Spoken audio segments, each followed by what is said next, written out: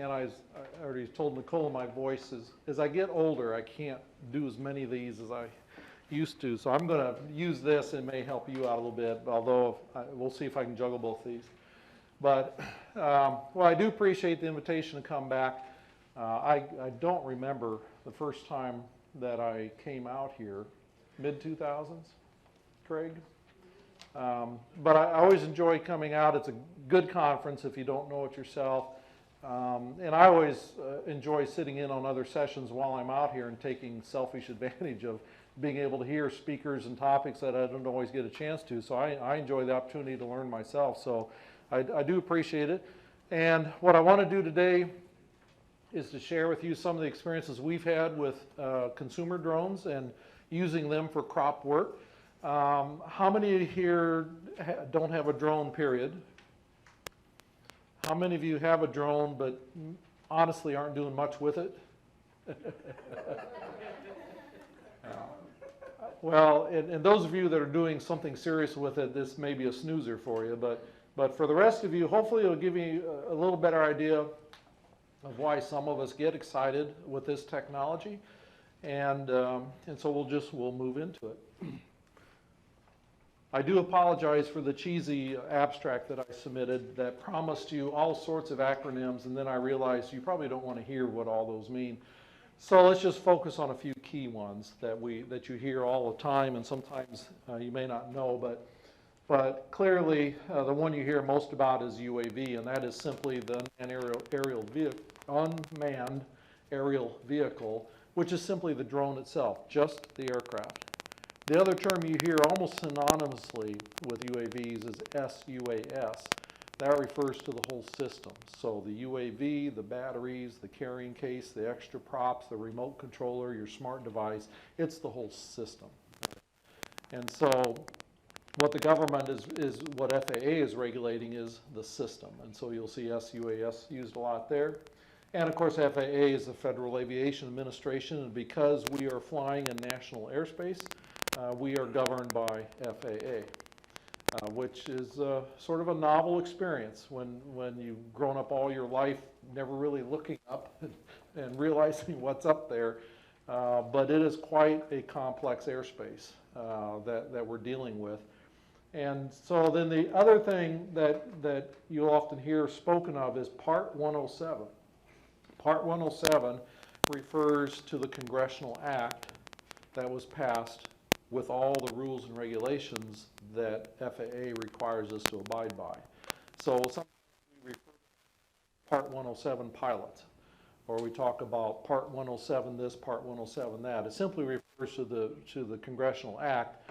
And if you ever need help going to sleep some night, pull it up on your computer and do a quick read of it, because it is, like any good congressional act, it is just full of all sorts of stuff.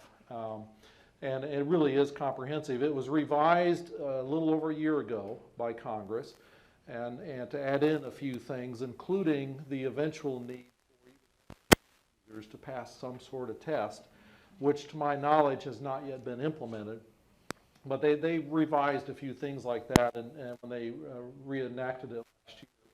So those are just a few acronyms. If you want to know any of those others I had in that abstract, we can talk about that later over beer or something. So understand that UAVs have technically been around for some time.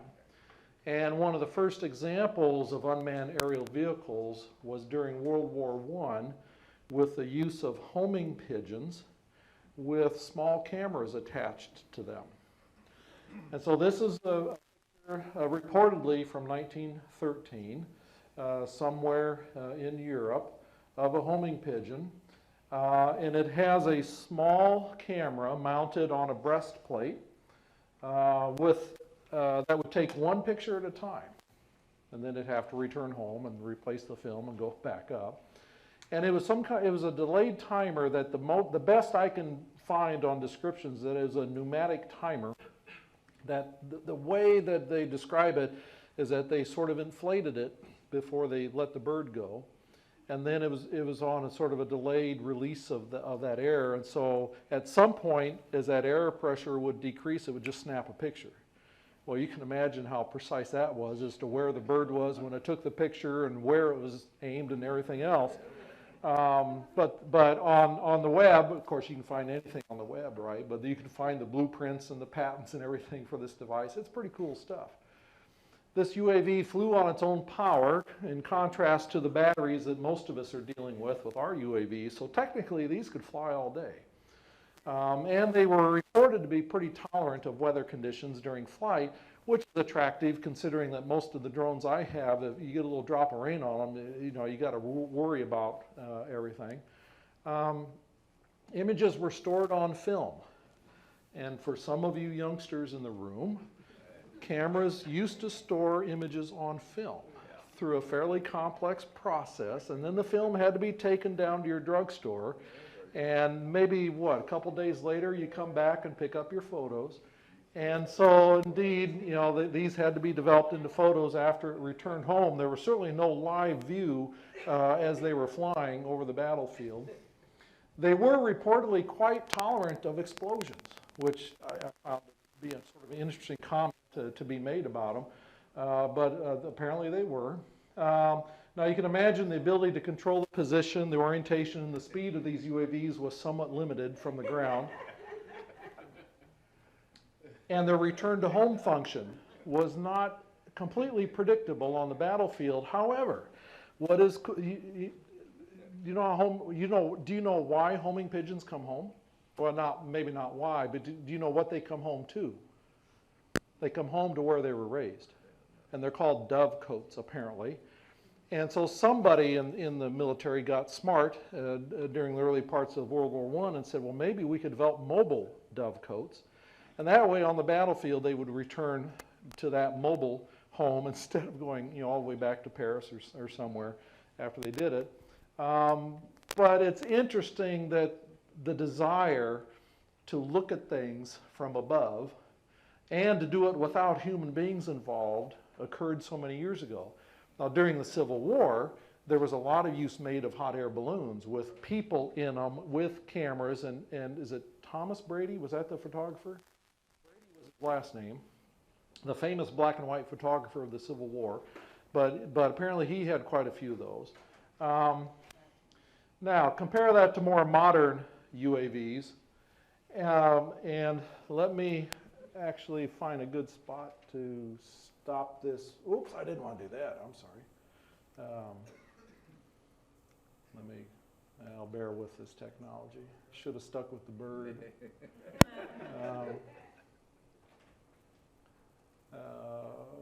Oh, please, come on. No. Well, I'll just let it go through its thing. So, Phantom 4 Pro, circa 2017.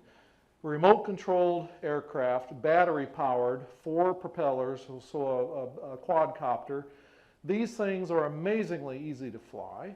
The camera hangs below it, and that camera is probably better than anything you've got in your pocket or maybe even in your home.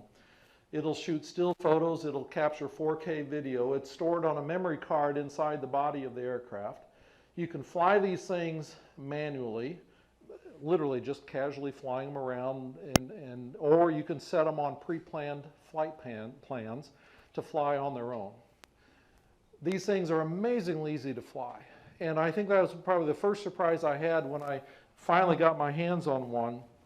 And that was one of the reasons, it's one of the things that led me to actually go ahead and bite the bullet and get them, is that I realized how easy they were. I was scared to death of them until the first time I got my hands on one. And then you realize within 10 minutes, you know how to fly. It's a joystick control with an iPad or a smartphone that is on it that you can see what's going on. And I'll get rid of this. No, don't do that. Oh, crap. Well, so on all sides of this aircraft, there are avoidance sensors. Some of them are ultrasonic, some of them are vision. And the ones that are on the front and back and the sides, as I get within, I think, about 10 feet of an object, that sensor senses that the object is there. And I can be this close to Grant, and I may want to hit him, but when it gets about this close to it, it'll just stop and hover. and I can push that joystick as much as I want, and it's not going to advance on ground, right? It's got sensors on the bottom that don't stop it from coming down, but they tell you when you're close to something, which is useful when the aircraft is a quarter mile away from you down inside of a canopy of corn, and you really can't see where it is relative to the top of the corn, but you get the beep, beep, beep on your remote controller when it gets within a few feet of that canopy, okay? The technology is amazing in these things. Federal Aviation Administration does require that commercial users of these obtain a remote pilot certificate. And the definition of a commercial user is basically any of us who are going to use this imagery to make a decision. So that means farmers, that means crop consultants, that means your tech reps, it means people like me. Anybody that's actually going to make a decision with these, you are a commercial operator, and by law, you need to get a remote pilot certificate. It's a fairly comprehensive exam. It's a lot of aeronautical knowledge, a lot of aeronautical safety, knowledge of the skies, knowledge of sectional charts, knowledge of weather and climate. Pretty comprehensive. It's a 60-question exam. They give you about 2 hours, and you got to get 70% to pass. If you haven't taken a test for a long time, like me, it was pretty daunting to actually have to study after all these years and pass an exam. And I'll tell you, my anxiety level when I walked into that exam room, and I was the only one in there, and they put you in front of a computer, it's a computerized test, and I got to tell you, I could feel my blood pressure. I thought, oh my God, I'm going to have a heart attack, until I finally calmed down and got 1 or 2 questions answered, and I said, well, okay, I think I can do this. But it is a pretty comprehensive exam. The UAVs themselves, if they fall within this range of 0.55 pounds to 55 pounds, FAA requires that we register them, even recreational users. If it's above 55 pounds, it falls into the traditional FAA registration with a traditional FAA number. But for the rest of us, it's a special registration number. DJI has just come out with a new small drone, the Mavic Mini, I think that's what they call it, which is less than the 0.55 pounds. And the word on the street was they did that to get around the registration, allow you to get around the registration. Well, the scuttlebutt that I can find on chat room says that if you're still using it commercially, even that small drone, you need to register with FAA. If you're a recreational user, then you don't need to on that small one. But understand there is this regulation. It's only about $5 to register it at this particular website. And let me back up. If this website has all the information you need to get started on the process of studying for this exam. And there's a lot of all sorts of opportunities on the web for other sources to help you study. There's an online tutorial course from Florida called remotepilot101.com. Frankly, some of the best tutorials I've ever seen, Craig. I mean, I've thought from an extension perspective, you and I and others could really learn from the style on how this guy does these tutorials. They are that good. And frankly, that's what I leaned heavily on that site to get me prepared for the exam. And it's just an excellent site. I'd recommend it to anybody. A few regulations, there's a bazillion of them, but just a few to mention. You've probably heard that we're limited to how high we can fly these drones, and that limitation is 400 feet AGL, above ground level. So if I take off from this table, this is ground level. And so I can go 400 feet above this table, or above the launch site. The only I don't want to say excuse, the only other option if you're not getting an authorization from FAA is that if you're doing, say, building inspection, or maybe even, I can imagine a grain bin inspection or something, structure like that, I can go 400 feet above the structure. But once I'm beyond the structure, I have to come back down to 400 feet above ground level. So we're limited to that, and also we're limited to flying no closer than 500 feet below a serious cloud deck, nearly continuous or almost continuous cloud deck. And there are days where that cloud deck is low enough that if I fly legally, I really can't fly no more than 50 or 100 feet above the ground, because that's how low the cloud is. Now, who's going to know, right? But why is that regulation in place? Airplanes fly below that. Yeah, it's about safety, right? It's our job to get out of the way of everything, primarily airplanes, but it's our job to get out of the way, which means we have to be aware of where these things are. And when you fly these things, it doesn't take too long before your ears become attuned to aircraft noise. And so you just sort of do one of these because you hear something, okay, where is it? And so the reason for this particular restriction is you got to know where that airplane is that you hear somewhere up in the clouds. So anyway, cannot fly directly over people for obvious safety reasons, unless you've got some kind of clearance from FAA. Now I can be this close to you guys, and I can be hovering right here, and legally I can do that, right? Common sense, right? I still got to be careful, but legally I can fly this close to you, but I can't be that far above you, all right? And then while we're flying these UAVs, legally we have to keep them in our line of sight, and that's unaided line of sight. I can use the binoculars briefly to reestablish where it is, but it's my line of sight with eyeballs.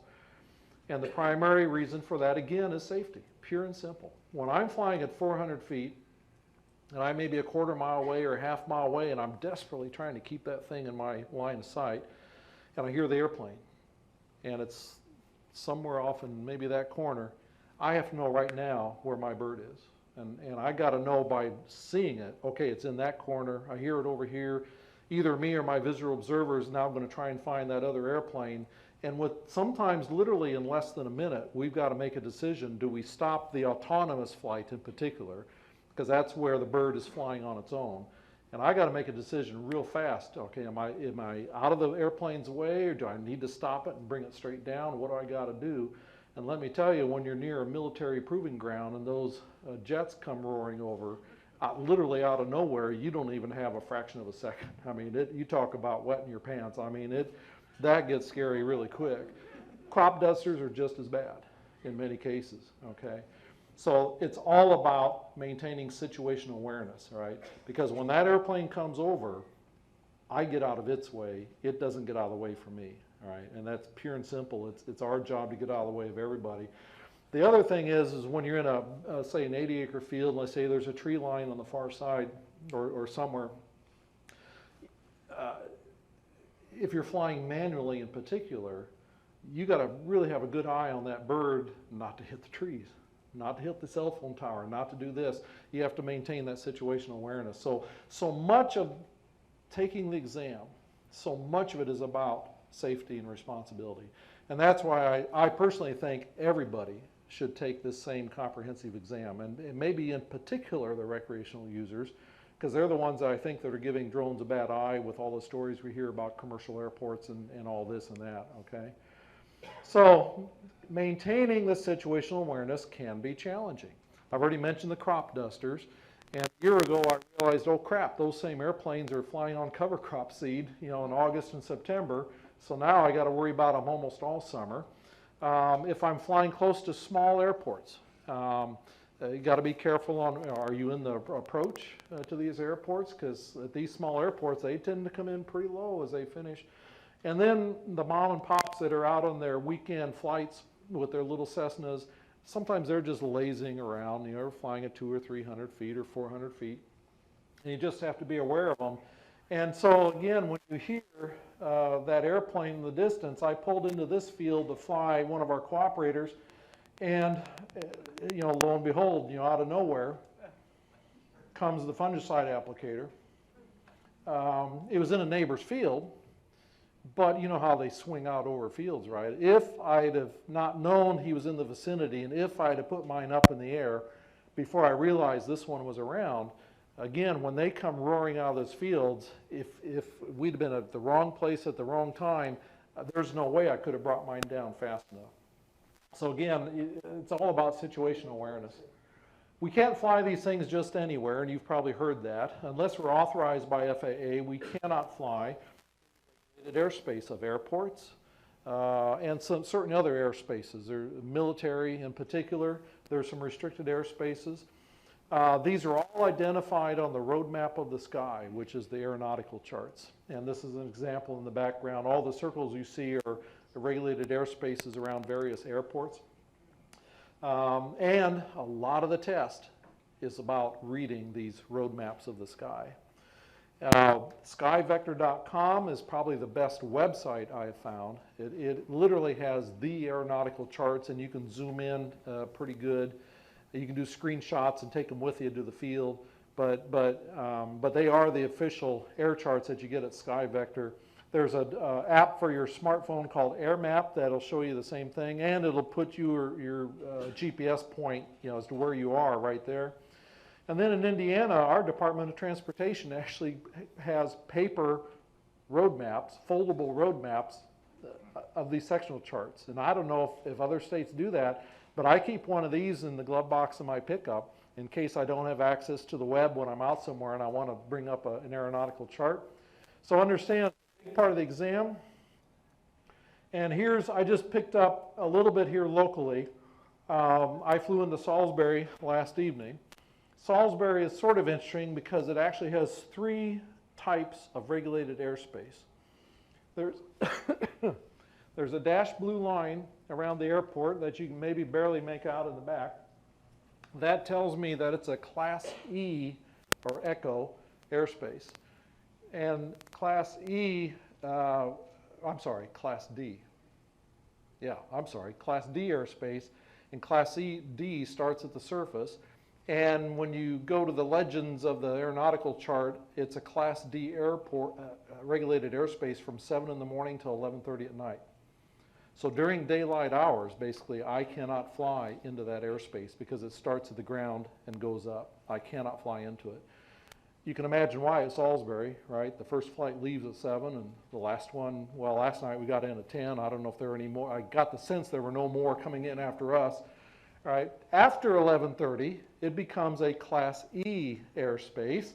That's represented by this magenta-colored shaded line. And that broad magenta-colored buffer also tells me it's not just Class E, but it starts at 700 feet altitude. So an airport with a Class E rating, I can fly under it because I can't go higher than 400 feet. So I can fly into that. Well, I'm not flying into the airspace because it's 700 feet above me. But Salisbury has this interesting little red dashed approach coming in, which is also Class E, but because of that dashed line, that tells me it starts at the surface. So in that little red box, I can't fly into there anytime. All right. Ocean City, it's simply a magenta-colored buffer. I can fly anywhere in here that I want, unless there's some other local regulations that I need to be aware of. But Ocean City Airport, I can fly into that airspace because it starts at 700 feet. Off the coast, there's this little hashed mark out there. It's a coastal warning area. I had to actually, since I live in the middle of the U.S., I had to, remind myself what a coastal warning area means, and it simply means that it's not regulated very much. Be careful when you're flying off the coast. I can fly into it. I just got to be careful because there's no regulation. I don't think I'd want to fly my drone over the ocean anyway, but And then there's this interesting bluish or purplish circle up here north of us. I don't know where the state lines are. Someone help me out. So is this? So Delaware, so somebody up here, I don't know if it's Delaware or Maryland, maybe universities or someone else. This is a temporary unmanned aerial system operational area that started last year, and it goes for 12 months into this coming year. And I wonder if it isn't a university zone that somebody who's maybe doing work with drones set this up. But that's simply a warning to say, hey, there's going to be drones in this area. It's a warning to me, but it's also a warning to aircraft that, hey, be careful when you're flying into here because it is a designated area for a 12-month period. All right? And there's all sorts of other stuff on there, right? I mean, it's amazing how much is on this roadmap. So, long story, what's this got to do with growing corn? Well, I've thought about this question for a long time, Craig. Farmers have asked me for 37 years, how do I increase yields? What's the secret to improving yields? And it always bothered me that I couldn't give them a simple answer. I couldn't give them a single black and white answer. And then it occurred to me what the secret is. And I think you'll agree here as I show it to you, but the secret to achieving higher yields in the future is to figure out why you're not doing it now. Is this not what every one of us in this room is about that deals with crops? We're trying to help growers figure out, why aren't you getting high yields now? And if we can help you figure it out, you'll get higher yields in the future. But unless we know what these yield limiting factors are, we can't increase yields. Well, I shouldn't say that. Breeders keep doing their job, keep giving us better genetic yield potential. Yes, we'll keep increasing yields. But beyond that, if we don't know what's holding us back, we can't improve yields. So every agronomist in this room, this is what we're trained to do, and this is what we do is, how do we help growers figure out why they're not getting higher yields? And so when you think about a corn crop, the yield components that work together to eventually give us bushels per acre in the bin, those yield components develop in the entire season. Germination, emergence, stand establishment up to about V6, that pretty much determines the productive number of plants that's going to be there at harvest time. And then from V6 to V14, or roughly knee-high to roughly shoulder-high corn, that's the rapid growth phase, and that's when the potential ear size is developed, right, that you hear talk about all the time. And then pollination and the couple weeks coming out of pollination determine how many actual kernels develop on the ear. So that's pretty important. And then once we get out to about milk stage, from that point forward, kernel numbers established. And we're not going to abort very many more after milk stage. It's all about filling it with dry matter. It's a season-long process to think about, how can I improve yield? Because all these things are going on through the entire season. And again, this is nothing new. This is what we've been doing for decades and decades. So this hunt for yield limiting factors takes a lot of time, watching these fields, scouting the fields, looking at problems, diagnosing causes of problems. It takes a lot of time, and that's what we're all about as we're working with farmers, is trying to help them identify these yield limiting factors. It's a very, very tiresome activity, and not always a very easy one to do. So the reason that we agronomists get excited about these UAVs is the fact that they carry cameras and sensors that allow us to continue visually monitoring the crop during the entire season. I personally love to walk cornfields in June. I enjoy it. It's good exercise. When the crop, it doesn't matter if it's healthy or not, it's a fun activity to do. And I sort of like doing it. But once I get out to pollination, it becomes less fun. I don't like all that pollen in fact, I've become more allergic to pollen. I hate to say that as a corn guy after all these years, but I've become more allergic to pollen, so I don't like walking during pollination. And then after pollination, I can walk fields, and in fact, I still enjoy it.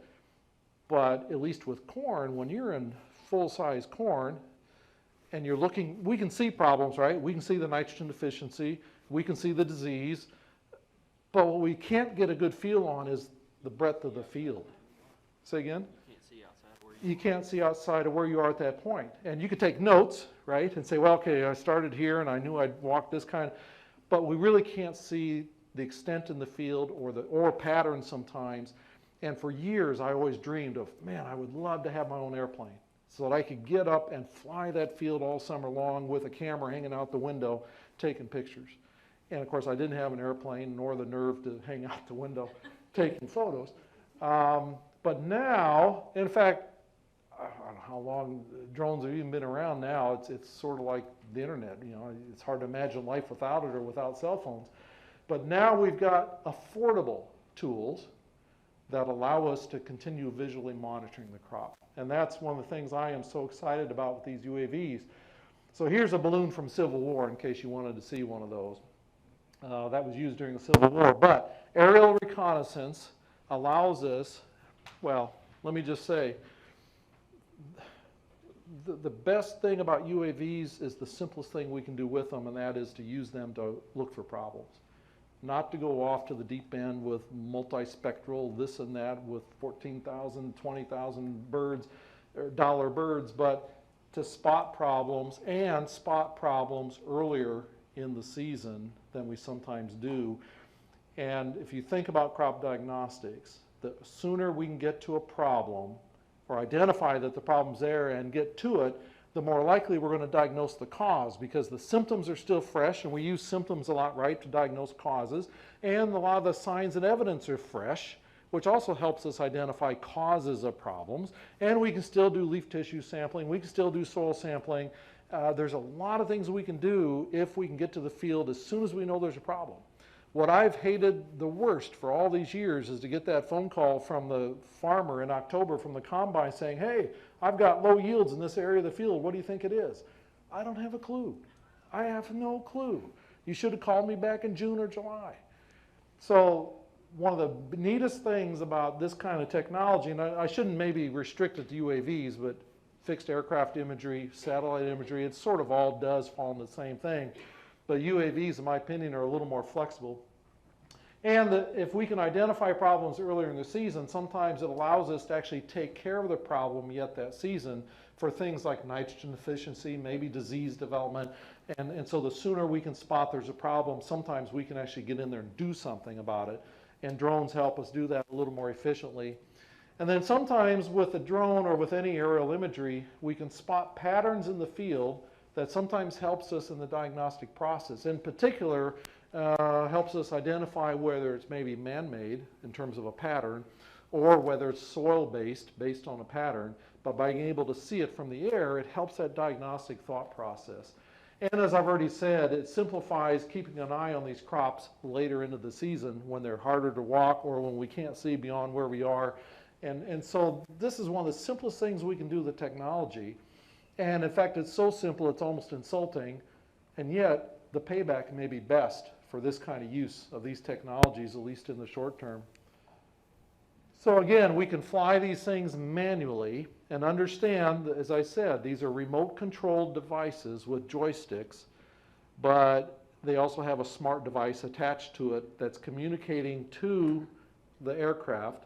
And the aircraft is live streaming the video feed from the camera back to the smart device. So what we're seeing in this video is what I'm seeing in my iPad when I'm flying. So when I see a problem as I'm flying, I can stop in mid-flight and hover. I can take it down over the crop. I can lower it and take a much closer look. And again, in this particular case, this was at least a quarter mile away from where I was controlling it. And if you notice, this is a short corn spot surrounded by tall corn.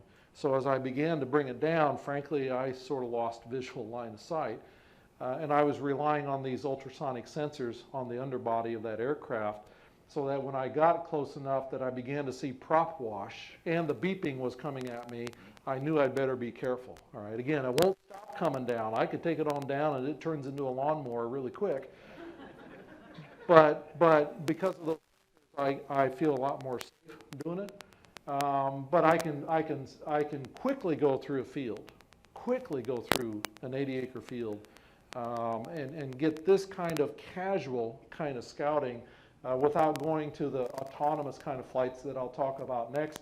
And again, with a quadcopter, you've got complete control over flight as opposed to a fixed wing drone, where you don't have near the control of, well, you can't stop them in mid-flight and hover and whatever. But in this case, I can take it up to that 400 feet elevation and very quickly, remind myself that, oh yeah, it's just one spot in the field. I don't have a dozen of these spots in the field, so it's not as big of a deal maybe as I thought it was. But again, the key thing is I'm seeing this on my device as I'm flying. And so it becomes a really useful tool in that perspective. This is just, that really has nothing to do with the presentation per se, but it's just sort of a cool shot of one of our starter fertilizer trials where, and I'm sure you guys see the same thing out here with corn, that starter fertilizer tends to result in drier grain at harvest in the fall. And that's because corn with starter fertilizer tends to progress through growth stages a little more quickly. So it pollinates a little sooner, matures a little sooner, and because of that, it gets an earlier start on dry down. So it ends up, we usually see 1 to 2 points drier grain with starter. This is a cool shot simply showing a tasseling, where the plots with starter were nearly fully tasseled, going the length of the trial, and the plots without starter had not yet begun to tassel. It's not necessarily a crop diagnostic kind of shot. It's just sort of a neat thing to tack on to my information that I keep on these trials that, man, you know, what we saw on the ground was pretty cool when you see it from the air kind of thing. Now, we can also fly these automatically or autonomously. We can create flight plans ahead of time on the software, upload those flight plans digitally to the aircraft, and then we launch it and it flies. And it flies the mission that we created.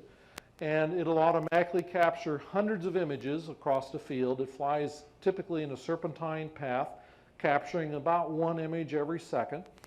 And when we land, then we upload those images to usually some kind of a cloud service or sometimes to a software on our computer to then take all those images and stitch them together, or think of it as a jigsaw puzzle, putting them all together into a single image of the field.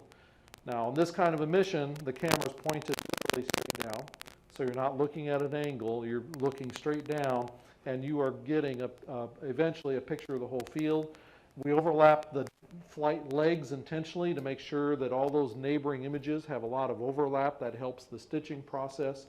We happen to use drone deploy cloud service to plan the flights, conduct the flights, and process the imagery.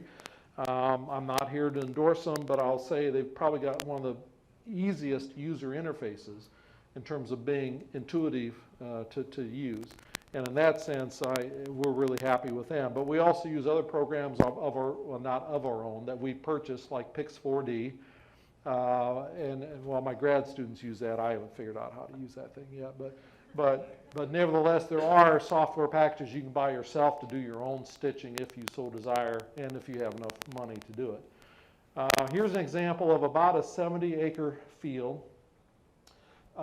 And we flew it at 400 feet. It took 20 minutes to fly this field at 400 feet. And it took that long because we were overlapping the flight paths pretty seriously at about 75% overlap side to side. The resolution or the detail of the images, of the pixels in the image, was 1.3 inches per pixel is the resolution of that. And so I started up here by the buildings is where I launched, and I uploaded this plan to the aircraft, and then basically I pressed launch on the app, and when I'm losing track, Craig, of what to push. And once I launch it, it flies to the start point, and as soon as I launch it, it's flying on its own. I am no longer controlling it. I can take over control, but it's flying on its own on the path that I designed ahead of time. And when it gets done, it returns automatically home to where it launched. In say a larger field, and 20 minutes is pretty much what I can get out of my drone. If it's a much larger field, say 100, 150 acres, something like that, it takes more than one battery. And the technology inside these, the engineering is phenomenal in terms of what it can do. So it is constantly monitoring the battery in terms of battery level. It knows where it is from the launch site. It's constantly calculating, okay, how much time, how much battery do I need to get home from where I am? And when it decides it's time to come home, it might be halfway down a flight path when it says, oh boy, we better get home. And it'll stop the mission, it'll fly back, land on its own. And in my experience, these drones land almost every time with 13% battery left in the battery. It's amazing. So I put in a new battery, relaunch it. It will fly back. It won't fly out to the middle of the path. Let's take this one. It'll fly to the beginning of the last leg it started, and then continue the mission, and then come home. All right. So pretty smart the way that they're set up. This is a representation of the images, 377 images off this 70-acre field. And if you can imagine, these are always hard to make out, but this is the north edge of an image. This is the south edge of an image to give you an idea of how wide the images are. And then the next path starts here and ends here. So again, they're overlapped dramatically, which aids the stitching process later on. And when it's all said and done, inside the white boundary is the stitched image of this field. happens to be a nitrogen trial that we were doing with a farmer who also applies hog manure. And so we were interested on you know, what kind of minimum N rates did he need. So these are 16-row wide plots, a quarter mile, at least a quarter mile long throughs. And so this is just the regular camera view. Now understand, the cameras are obviously capturing reflected light, but most of the cameras we have, including your smartphones, are really capturing red, green, and blue. That's all they're capturing. So the one we have that comes default is a red, green, blue camera. And then, of course, it puts it together into something that you and I see, all the pictures of the spectrum, or all the colors of the spectrum somehow, but it's really only red, green, blue. And so we get excited as agronomists because we know that crops use light to do important things, including photosynthesis. And so when we look at a reflectance of light, a typical plant reflectance graph, we see a series of wavelengths on the left that does not reflect very much at all. And then out here at about 700 nanometers, suddenly those plants reflect a ton of light. Well, it turns out that blue sits at 500 nanometers, and green sits at 550 nanometers, and red sits at 675. Those three are used in photosynthesis. So the plant absorbs those and doesn't reflect very much, but the plant does not use near infrared. So all of it gets reflected. And then the other sort of interesting thing, you see the green at 550 nanometers reflects a little bit more than red and green. I'm sorry, red and blue. And that's because red and blue are used more heavily by photosynthesis. The green comes from the chlorophyll pigments, but less of it's used for photosynthesis, so more of it gets reflected, which is why a healthy crop is green, because it's not using as much of that color as it is of the others. And so we don't see the red and purples until something goes wrong with the plant. And when something goes wrong with the plant, it no longer uses as much of the red and green, and so more of it gets reflected. And so that's why when we look at nitrogen deficient crops, it comes out sort of yellow-green. And that's because chlorophyll content's been reduced, which means there's less of that green pigment to reflect. And now we see the yellow, among other things, the yellow carotenoid pigments that have always been reflecting some yellow, but they were masked by the green, and now we see them coming through. It's sort of like trees turning color in the fall, right? The green, the oranges and the reds and the yellows were always there, but the green chlorophyll pigments overwhelmed them with the reflectance until they were no longer as abundant, and then all of a sudden we see the glorious colors in the fall. Well, we get excited about this as agronomists because, and I wish I need to come up with a fake photo for this, because on my computer screen you can see 2-inch pixels on my computer screen. It never, ever comes out on a projector, Craig. There are 2-inch pixels when you zoom in on this, and there's a bazillion of them. I say a gazillion, there's really a bazillion of them, which is a technical term for a lot, in case. What's really cool, though, is that once this animation comes in, every one of those 2-inch pixels, I mean, think about an acre of ground. How many 2-inch pixels are there going to be? A bazillion. And every one of them has data. It has the latitude and longitude attached to that pixel, and it's got digital data for each of the red, green, and blue reflectances that it's capturing. And so that's what you see here. It's 40-degree latitude, 86-degree west longitude, red, green, blue, those are digital numbers. And once they're data, then we can play some math games. We can take the data and do math on them. And so we do that, and we come up with formulas like visible atmospherically resistant index, which is green minus red divided by green plus red minus blue. The acronym is VARI, V-A-R-I. It's a well-documented plant health index using red, green, blue cameras to give us a plant health view of a crop or any vegetation. And so when we convert it to this vegetative index, we can see the light green, low nitrogen plots in there. So we can do that with red, green, blue cameras. Your traditional DJI straight off the shelf drone we can calculate a vegetative index.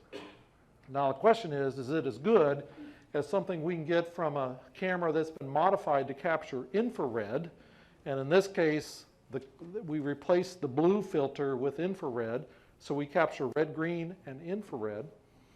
And this is what you and I see on the iPad. It's this pinkish sort of colorful kind of thing. But when you apply the math and calculate what's the most common vegetative index we ever talk about? Oh, you know the acronym. Yes, you do. NDVI. Normalized difference vegetative index, infrared minus red divided by infrared plus red. We take the digital data and calculate an index called NDVI that we all hear about and talk about. It's the most common plant health index there is. And look how it's even more crisp on picking out those low end rates. This is sort of the holy grail, is which of these bazillion, well, maybe not a bazillion, let's say only a couple hundred vegetative indices are the best for picking out nitrogen, for picking out disease, for picking this out, okay? And this is part of what a lot of researchers are looking for. I won't go into that. But that's a lot of our effort sort of spent comparing these consumer grade RGB cameras with the fancier, more expensive ones and asking the question, is the sort of cheapo plant health as good in the real world as anything more expensive, all right? We can find all sorts of things from the air. Basically anything you can imagine in terms of problem, you can probably see it from the air. Doesn't mean you can diagnose it, but you can see it. Some of these problems can be diagnosed from the air. What's the likely cause of this problem? Planter skip, right? Almost anybody who knows anything about farm operations will tell you that's probably a planter skip in the field, all right? We can diagnose that. And in fact, if we weren't sure at this point, we could, bring it down even closer to sort of verify. So we can identify planter skips, the effects of standing water, damage from tire traffic going through the field after the crop is up, nitrogen applicator problems, damage from storms. We can identify those kinds of things from the air. But understand that a lot of these problems we see from the air require someone to actually get out there and do some on-the-ground diagnostics. This is an example. This is soybeans, and this is some kind of a soil-related issue, right? It's not man-made, and I'm looking at the colors. If you ignore the tire damage, the rest of it is not man-made. It's something below ground. We think it's related to sulfur. This is one of the sulfur trials, or the fields that Sean's been in. But some of these problems we cannot diagnose from the air. Discolored foliage in general, stunted crop areas, dying plants. We can't diagnose the cause, we just know it's there. And again, the value is getting out there early. And so when we couple aerial images with yield maps, either one becomes a valuable roadmap to tell us, hey, there's a problem. Hey, let's go to those areas for sure and do some diagnostics. And again, the beauty of aerial imagery is I can do this in midsummer before I get to yield and get a better head start. Some folks say, well, let's just use yield maps because they show us the same. I mean, look at that. Pretty much tells us the same thing, right? Why don't we just use yield maps? Well, it gets back to, again, the earlier we can spot these problems, the more likely we're going to diagnose them. And the higher resolution of UAV imagery will it'll identify problems we're not going to pick up in the yield map. As these combines get bigger, the resolution of the yield map gets worse. In terms of pixel size, if you want to think of yield maps in pixels, a UAV, remember, is about 2 inches square for a pixel. The pixel size of a yield map depends on the width of the header and the distance traveled. And that's a very coarse resolution kind of map. So when you get into a nitrogen problem, here's a typical yellow-green start where the nitrogen didn't get up to flow. That might get picked up by yield monitor, but there's always a drag on yield maps. You don't know if it's a drag of the yield map or if it's that. More importantly, there's a couple of rows that are not getting adequate nitrogen. They're yellow-green, we're losing yield. Yield map's not going to tell you how much. It doesn't have that power, it doesn't have that resolution to do it, all right? So we can spot things that we just can't spot. We'll skip over that. Come on. good resolution. So at this point, we're doing a lot of simple stuff with our efforts. We're trying to figure out what's the best flight settings to get the best imagery. What's the best camera settings? You got to be a photographer to run this darn thing. Exposure, you know, I mean, aperture size, everything. We are looking at what's the relative merits of just sort of off-the-shelf RGB-based copters versus higher-end imagery. We're looking at the merits of doing the more intensive autonomous flights versus just casual flying. And then all of this, we're trying to develop some prop decision strategies, decision-making strategies that'll allow us to really utilize these technologies. So again, I rushed through it. I realized on the first session I had too much to talk about. I apologize for that. But if you got any, I hear the crowd outside already, but quick questions, we can handle them, and I'll be around through tomorrow if you want to think about. All right, well, I won't keep you. Thank you for your attention and enjoy the conference.